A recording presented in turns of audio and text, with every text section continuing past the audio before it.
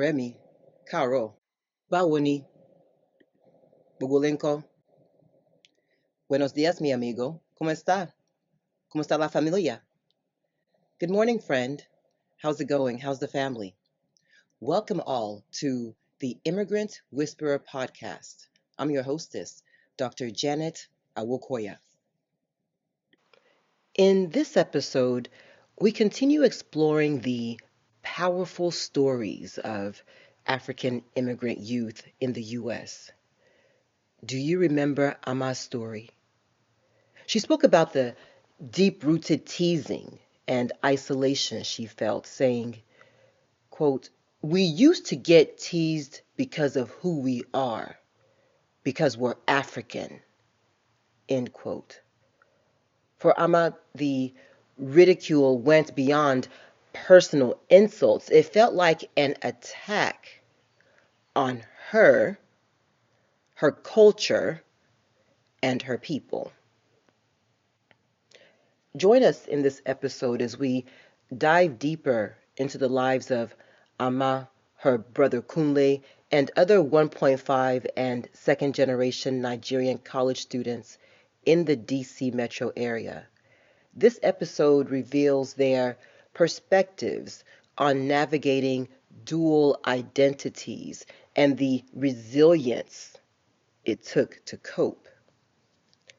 We'll explore family dynamics, how parents and extended family shaped their sense of African identity, peer relationships, the complexities of fitting in with both African and non African peers amid stereotypes and prejudice, school experiences, the impact of racism and discrimination on their educational journeys and self-worth.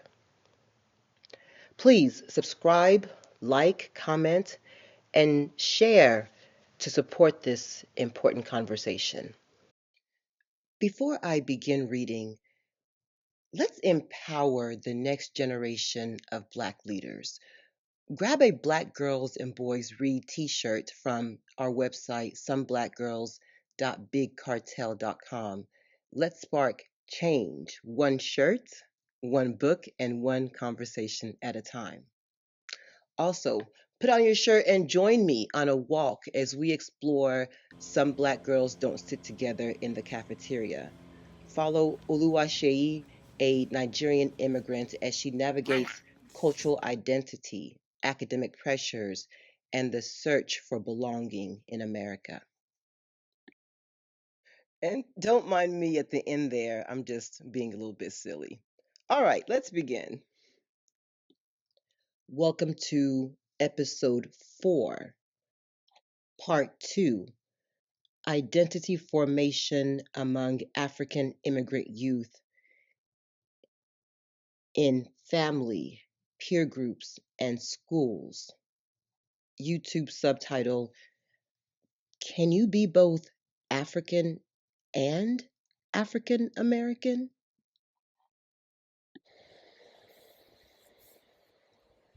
Social distancing. In addition to the painful experience of being teased,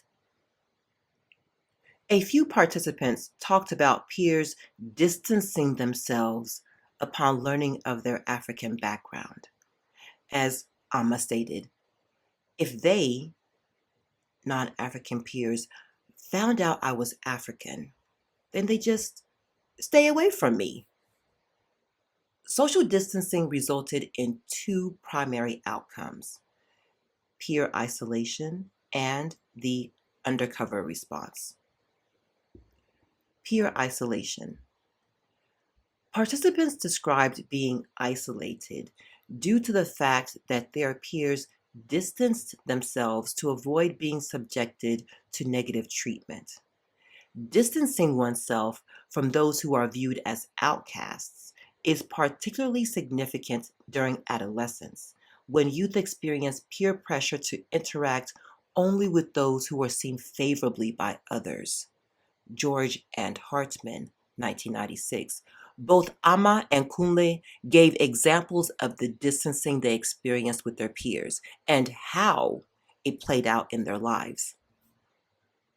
Ama described having a group of friends with whom she socialized during school, particularly at lunch. However, according to her, upon learning that she was African, they began to treat her differently. She explained, "You guys go to lunch together or as a group or whatever, and then they find you're African, and all of a sudden you're like, 'Are you going to lunch?' And they say, 'Oh, no.' They start making excuses and stuff like that." She described how her peers' negative reaction to her African identity was very painful and isolating, saying, "That stuff hurt me, and I used to keep it to myself." She felt that she could not share this pain with others, particularly her parents, because she did not want to add to their problems. She explained, "I didn't go home and tell my parents. I used to keep it all inside. I didn't tell them what I would go through, like today I ate lunch by myself because the people don't want to go eat lunch with me because they know I'm African." Kunle also experienced distancing from his peers, particularly his Black American peers. He pointedly argued that he often felt that Black Americans had a disdain and dislike for Africans, which in turn impacted how they viewed and interacted with Africans. He said, "Everything will be nice and cool until they find out you're African, and then their whole demeanor changes, and you have a problem with them." He went on to share how a girl he liked changed her behavior and feelings toward him once she learned of his background, saying, "So, like, even when I was younger, like, certain things would be said, like, say I really liked a girl or something, and everything was fine until she found out I was African. Like, oh my God, ew, he's African." Notable is the manner in which Kunle discussed the distancing he experienced and his subsequent reactions as compared to Amma. While Amma placed herself squarely in the situation she described and openly revealed the pain it brought her, Kunle appeared to not fully claim his experience of distancing as his own. For instance, he began the story the girl who rejected him when she found out he was African.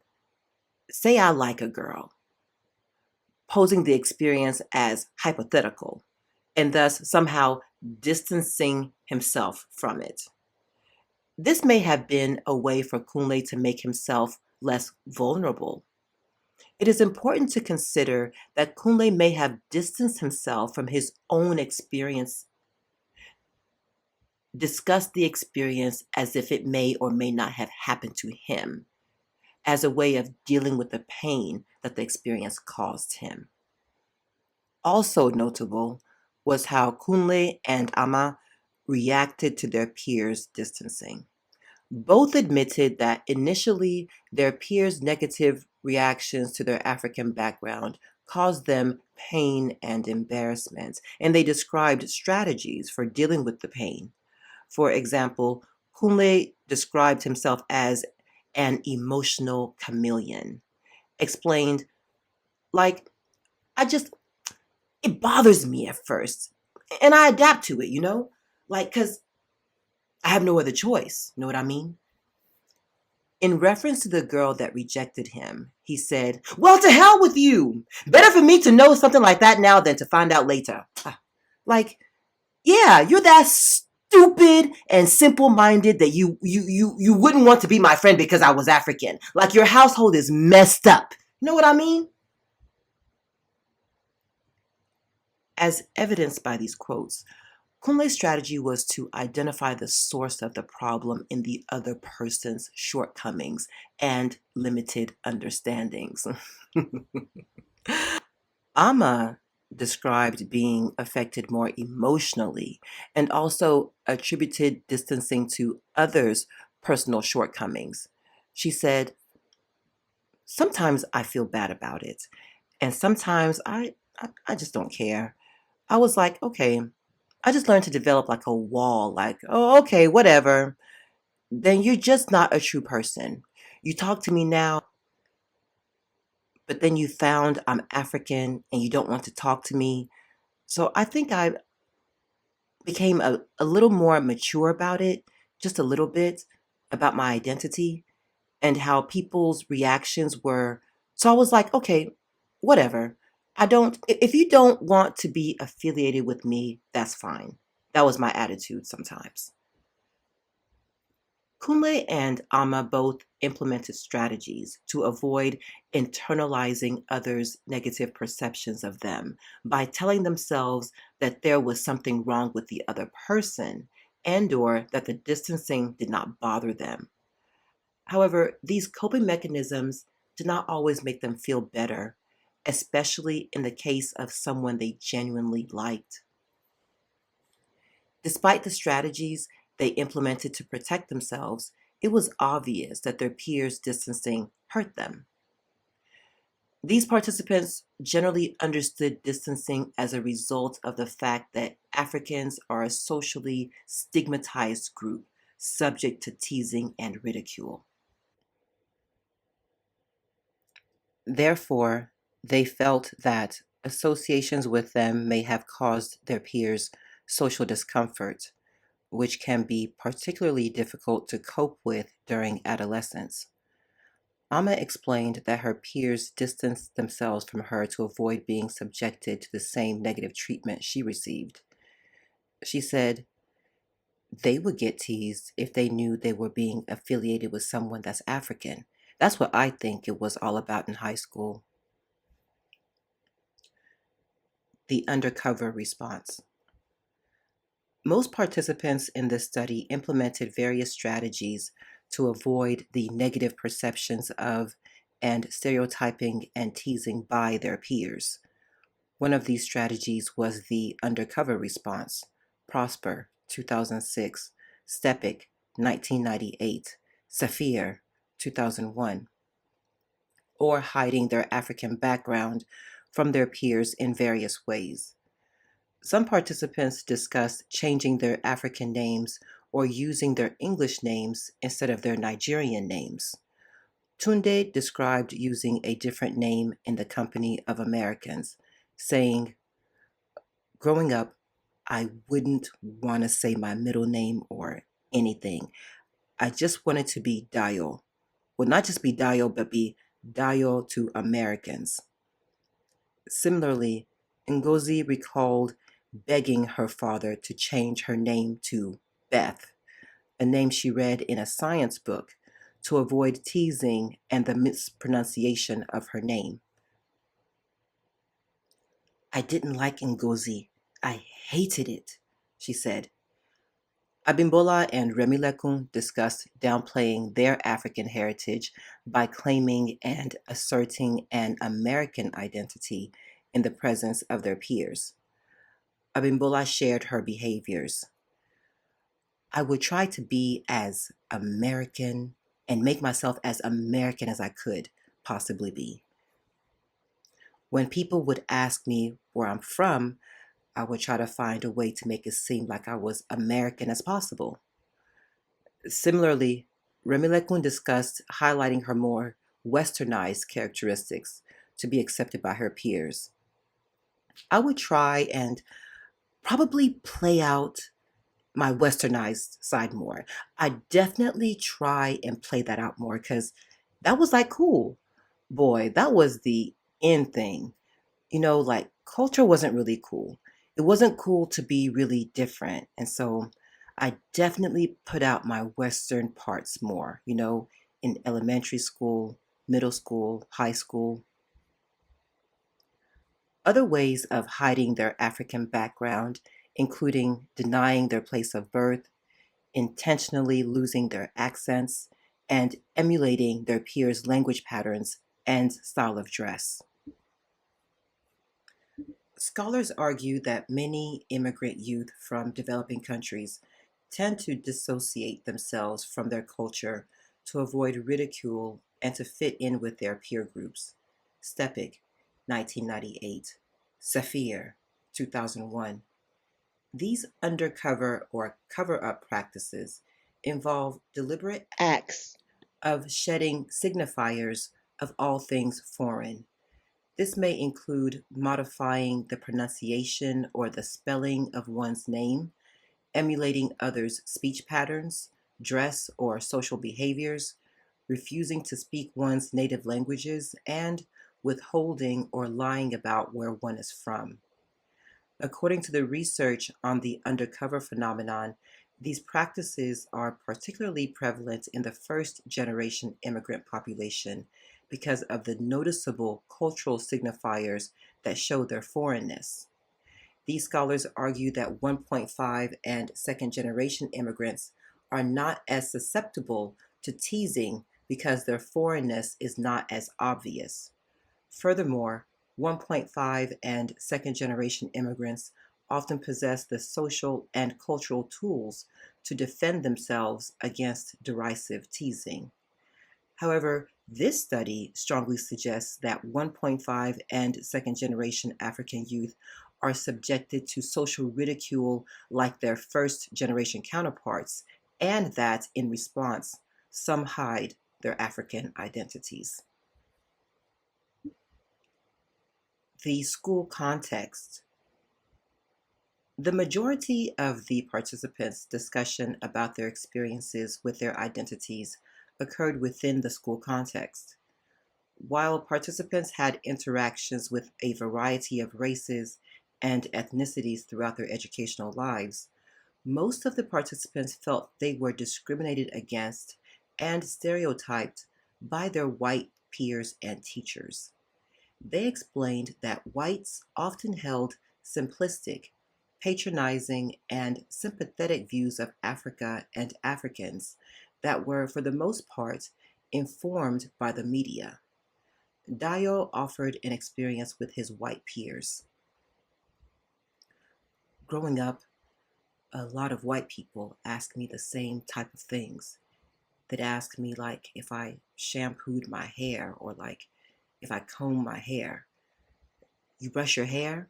Why do you brush your hair? Like, they think you're different, like exotic. Likewise, Bumi offered an example of how she was viewed differently by her white peers because of her Nigerian background. She said, I remember one time somebody asked me if I was regular black. And to me, I didn't know what that term meant, so I had to ask them. They let me know that I wasn't regular black because my family is from Nigeria. And so that makes me, I don't know, irregular, I suppose. Although participants felt they were derided by their black peers in a direct way, they felt that whites derided them in a more subtle way, using descriptors like exotic, special, and different to describe them. Participants frequently commented that one-on-one discussions about their African backgrounds often evoked moralizing and paternalistic reactions from whites.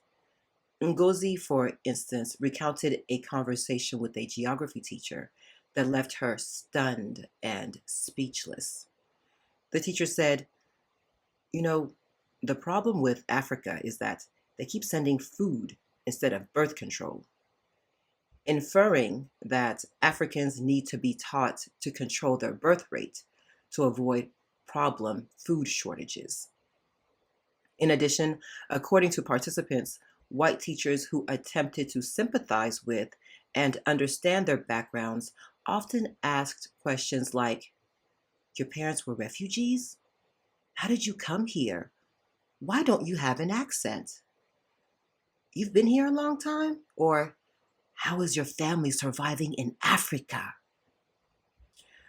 Participants felt such questions were laden with negative assumptions and misinformation about Africans in Africa and the United States.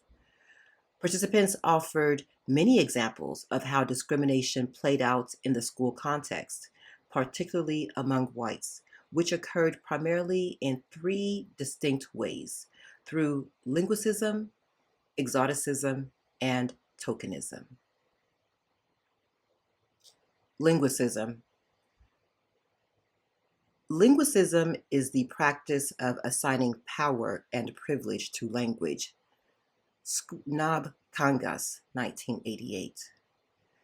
Participants described experiencing linguicism in the ways in which whites emphasized English language mastery as a means to success in the United States. Several participants recounted that their parents were advised by white professionals to speak only English at home for various reasons.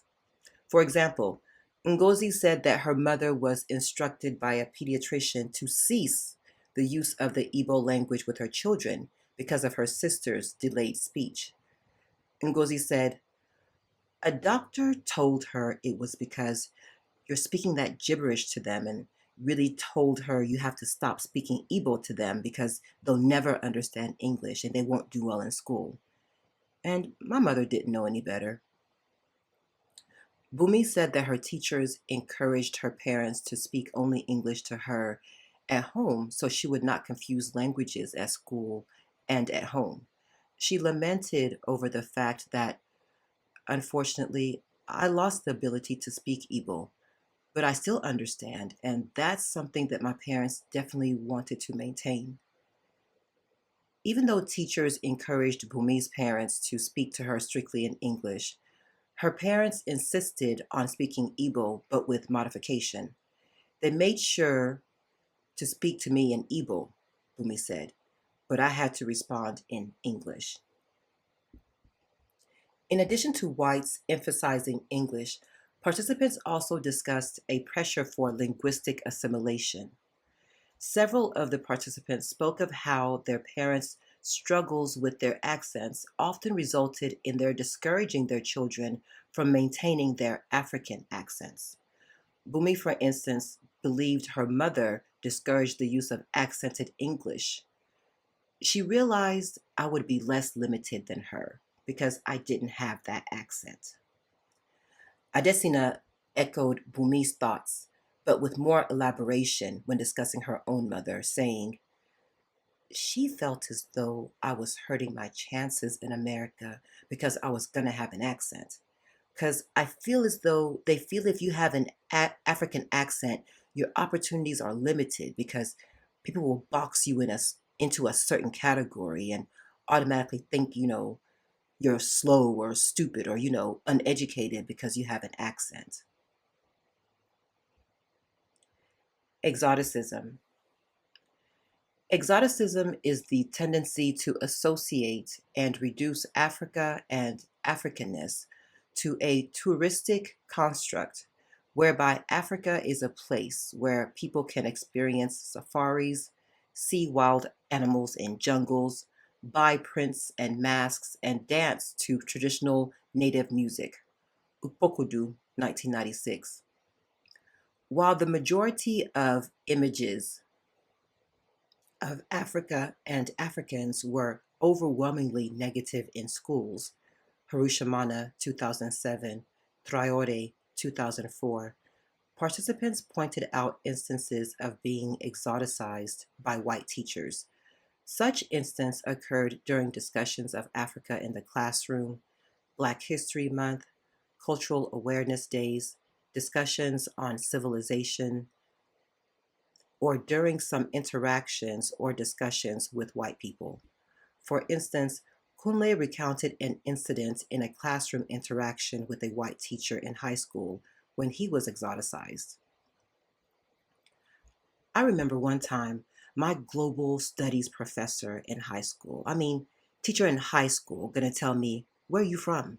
He said, "I know you're not from this country because of your last name." I said, "Oh, because I have a last name like I can't be from this country." He was like, "Yeah, plus you look a little bit exotic." So I looked at the stupid man in his face. While the teacher seemed to have some positive things to say about Kunle being viewed as exotic made Kunle feel like he was different and othered. According to participants, exoticizing also occurred when whites learned participants' names or learned of their background. Participants explained how, in these instances, whites wanted them to demonstrate and express their Africanness by speaking their native language, performing a tribal dance, and bringing native clothes to school, among other examples. Kunle offered an example of how he was able to demonstrate his native language proficiency by a peer. He said, like, people ask you stupid stuff like, speak African. Participants varied in their responses to these requests. Some were comfortable with sharing their background, while others were not. A notable response came from Uzama, who said, well, it's frustrating because I don't want to be an ambassador of something I don't know. I don't wear any of the Nigerian attire, nothing, because it's just not something that I can relate to myself. But other people put it on me because of my last name or whatnot. This exoticization appeared particularly problematic for Uzama, who did not identify with Nigeria, but whose name forced her to associate with the country. Other times that exoticism was strongly felt by participants occurred during the celebration of Black History Month. Ngozi explained that during Black History Month, people always wanted to borrow outfits.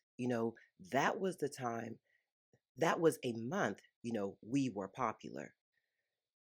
Ngozi describes her peers' and teachers' interests in Africa as generally superficial, not as genuine attempts to understand African culture in a complex way. Although many of the participants experienced exoticism negatively, others perceived it as an opportunity for them to give a different perspective of Africa and to have their African identity affirmed.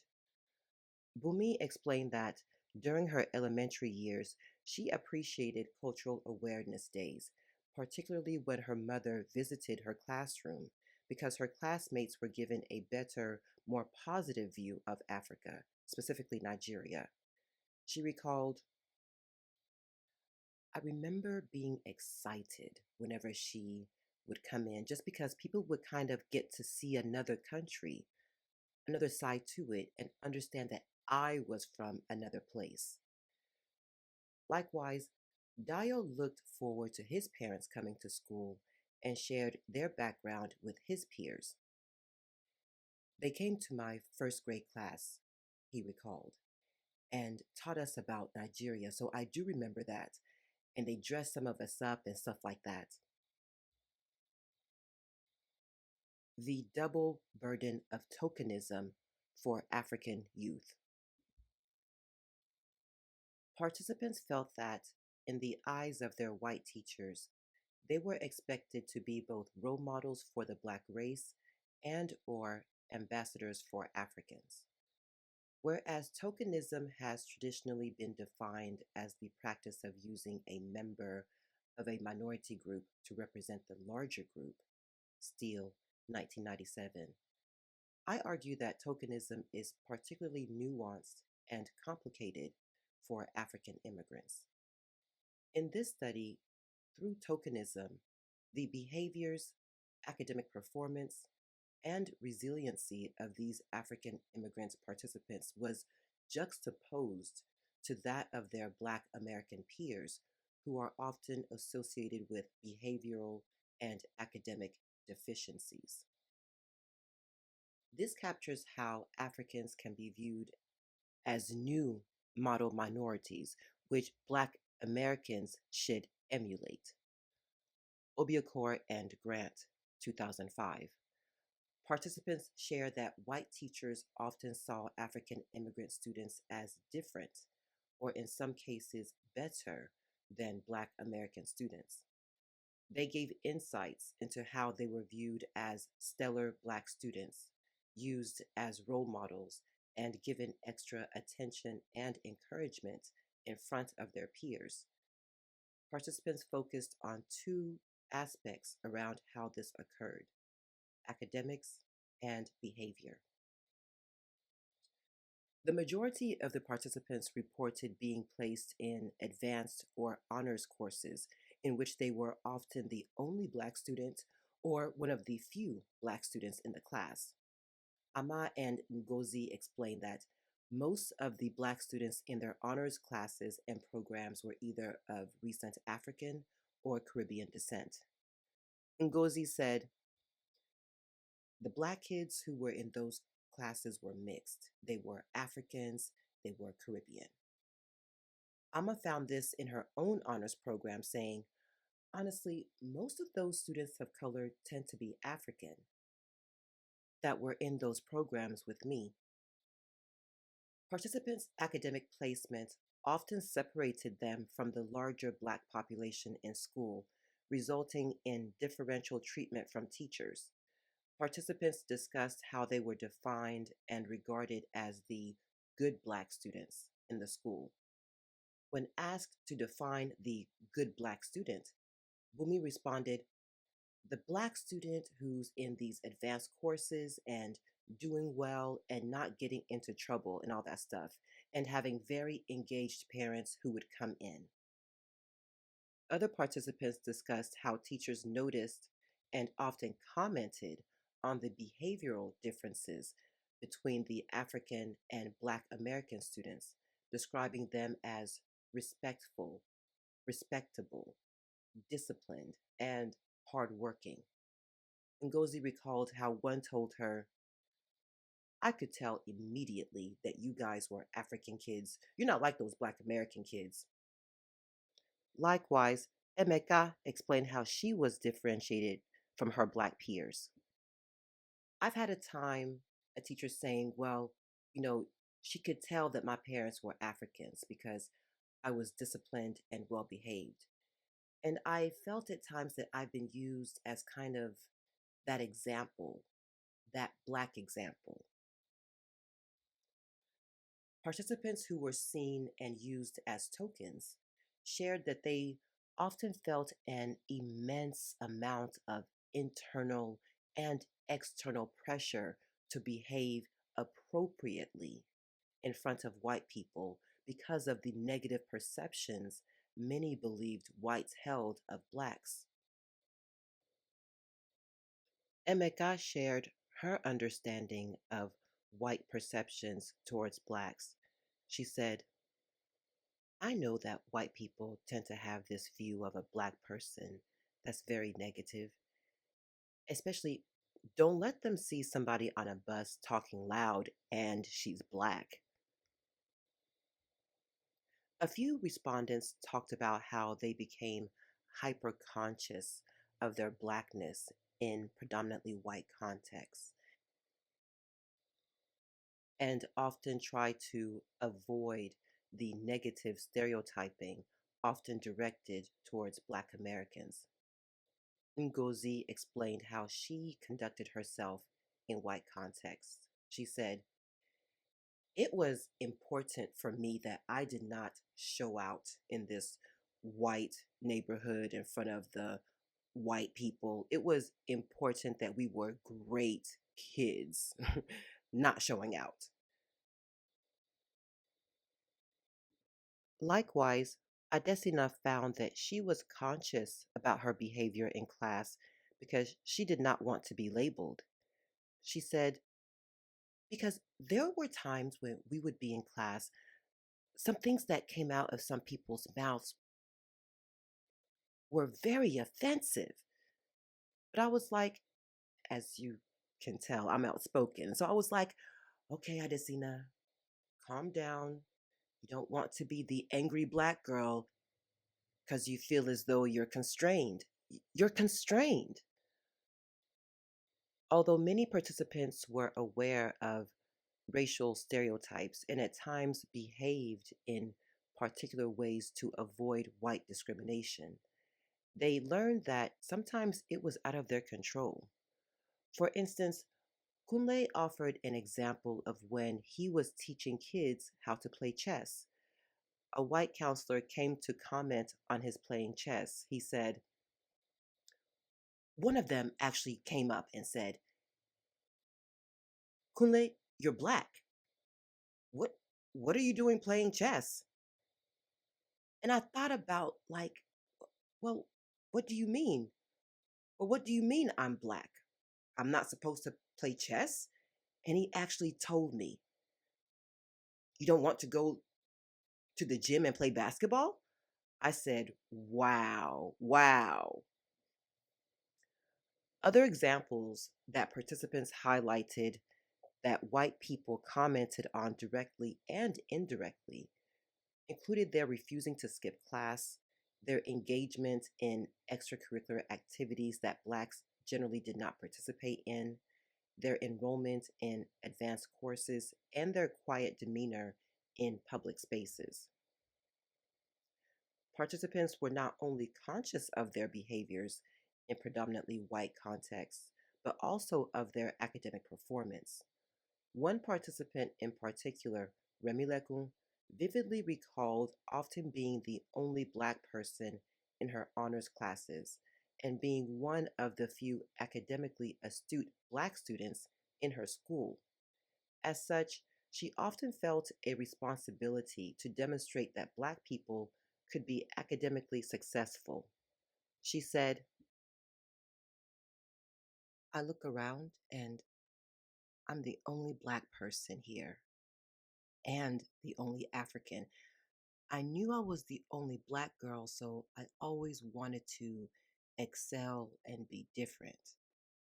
I always tried to be in honors reading, honors spelling, things like that, because I wanted to also be different. I want to be distinctive. The difference and distinctiveness that Remilekun strived for came from her realization that she was the only or one of few academically successful Black students in her school. And she described working excessively to prove that Blacks can be academically successful. When asked if there was external pressure placed on her to succeed, she responded by saying, I think I followed my environment and I knew that I was the only Black kid in the class, so I wanted to excel. This suggests that Remilekun's motivation stemmed from being set apart from her Black peers in her predominantly white school environment. Their relative underperformance encouraged her to do exceedingly well. Participants also expressed frustration about feeling like they had to play the role of ambassador in their classroom and to represent the continent of Africa and African people by dispelling myths, explaining negative media images of culture and life, and correcting the misunderstandings. Some discussions with non Africans revolved around explaining the diversity of the African continent, as Abimbola did when describing language diversity on the continent. She recounted, we would watch something about South Africa and they would ask me if I understood that language. I had to tell them Africa is a whole continent. There are many countries in it. I don't understand every language in the whole continent. Another student talked about educating her teacher about African immigration to the US. When asked, your parents were refugees? She responded, no. You know, there were two waves of, immigration. There was one in the 80s and there was one that was kind of in the 90s. He thought, I'm sure, that my parents were wrapped in swaddling cloth with one beat suitcase. Several participants mentioned discussions on Africa in their classes that caused them embarrassment and discomfort. Abimbola shared her experience. I did not want to get to Africa because they would say a statistic, and lucky for me, it would be about Nigeria. Nigeria is extremely dangerous, and the poverty level is 100%. Abimbola's reluctance to discuss Africa and to view documentaries about Africa arose from three particular conditions that she and other participants highlighted. First, the participants were often the only African in the class, and thus they felt the responsibility felt solely on them to explain the images displayed. Second, based on prior experiences, they anticipated negative portrayals of Africa and African people. This is because the vast majority of African documentaries focus specifically on tribal life without providing cultural significance and context. In addition, the documentaries fail to capture other African realities, such as modern, vibrant cities, the wealthy middle and upper classes, and the abundance of natural resources. Michira, 2002.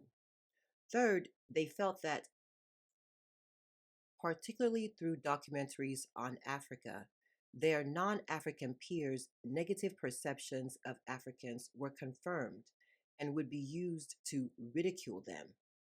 Femi shared an experience of this, saying, like, if we were watching National Geographic movie, or how they try to show Africans having those bones and stuff in their faces and all that paint, and they're naked and like bush village people, and they'd be like,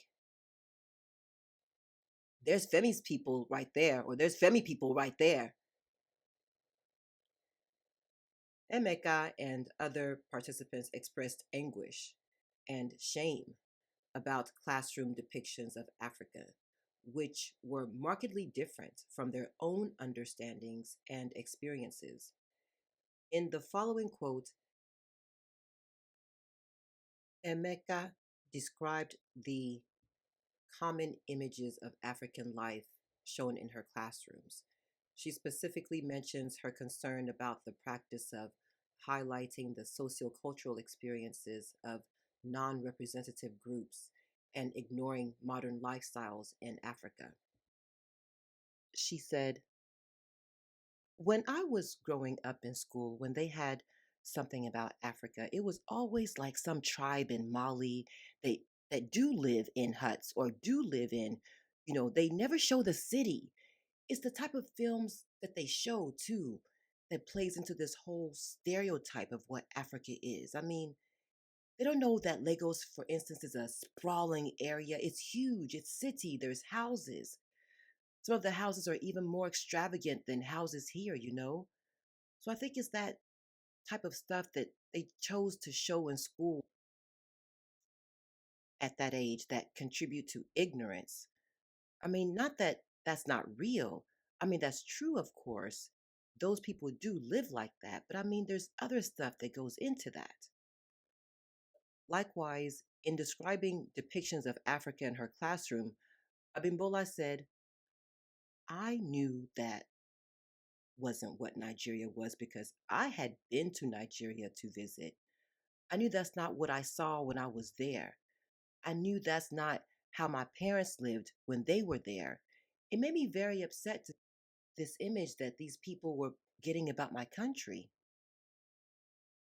Both Emeka and Abimbola quickly learned, however, that their firsthand experiences in Nigeria was not enough to counter the massive amount of negative and one dimensional images and experiences of African life that were constantly portrayed by the media and accepted by their teachers and peers. Many participants in the study often found themselves representing two major identities in the school context: the African identity and the Black identity in the US. Representing both identities individually and sometimes simultaneously proved difficult for many participants. Adesina, for instance, provides the general sentiment discussed by several participants about managing both an African and a Black identity in the classroom context. When I'm in class, whenever I speak, first of all, it seems like I have to speak for the whole. First thing is, they knew I was African. So I'm speaking for the whole continent of Africa. Then I'm Black. So I'm speaking for all of Black America. And whatever I said might be misconstrued because they already placed me in a pigeonhole of being too Black. So it was kind of frustrating. Likewise, several participants also discussed that they often felt they had to explain, defend, or positively characterize both identities, particularly in the presence of their white teachers and peers. Ngozi elaborates on her experiences of defending both identities. I'd see how white people would react watching them, Black Americans, and it embarrassed me. And then I had to be in class and hear a comment that they might not even realize it was an insult. And I'd have to defend them. I also had to deal with the African image in the classroom, but that was more of a covert issue. It was in the air, in the rhetoric. The questions that would arise were, how come they, Africans, can't get it together? Why are they so poor? You read everything, and those connections about colonialism and exploitation aren't made in class. None of that is discussed. So you always try to be the good African example, the African kid who is educated, smart, upper middle class. When things would come up on Africa, I would always try to insert that. Not everyone is like that. It was a reflex. Both Adesina and Ngozi's quotes directly illustrate the double burden experienced by many participants of being both the African ambassador and the Black representative in their classrooms. As African students, they often had to challenge and explain the monolithic and disparaging portrayals of Africa shown in the classroom. Ngozi, for instance, often highlighted the class differences among Africans to quell the constant discussion of African poverty that she explained in the classroom. As Black students, however, they experienced and or were subjected to the same stereotypes as their Black American counterparts, to which both responded differently. Adesina found herself cautious and mindful of her participation in class in order to avoid the stereotype often placed on Black people. Ngozi, on the other hand, often challenged the negative stereotypes stated about her Black peers. Summary. As shown by the data, participants negotiated their ethnic and racial identities in multiple social contexts, including in their families, peer groups, and schools. Whereas parents tried to positively reinforce and maintain their traditional cultural norms, their efforts were contradicted and likely diminished by negative portrayals of African cultures in the media and by negative perceptions held by others with whom the participants interacted. Negative perceptions held by non African peers often reflected and were undoubtedly influenced by media depictions of Africans and African life, and according to participants, shaped how these youth interacted with the African immigrant youth. Drawing on negative construction of Africanness in defining themselves, for the participants, the process of negotiating race and ethnicity was conflictual. Within that process, they had to adopt strategies to deal with the social harassment they faced because of their African heritage, as well as their Blackness. Participants also faced school personnel's ideas about what it meant to be African, particularly the white teachers they highlighted in their interviews. In their interactions with these teachers, participants often felt exoticized, tokenized, and linguistically disadvantaged, which profoundly shaped their perceptions of themselves as Black and African. Well, friends, that's a wrap for this episode of the Immigrant Whisperer podcast. We hope you found this exploration of 1.5 and second generation Nigerian college students insightful and thought provoking. Thank you for joining us. In our next episode, Chapter 5, we'll delve deeper into the challenges and triumphs of these young people as they navigate their identities in multiple social contexts, including families, peer groups, and schools. Remember, sitting for too long can be harmful to your health. Head over to our sister channel, Zucosa Fitness, for some quick and easy exercise routines. Let's keep our bodies moving and our minds engaged. See you there. Peace.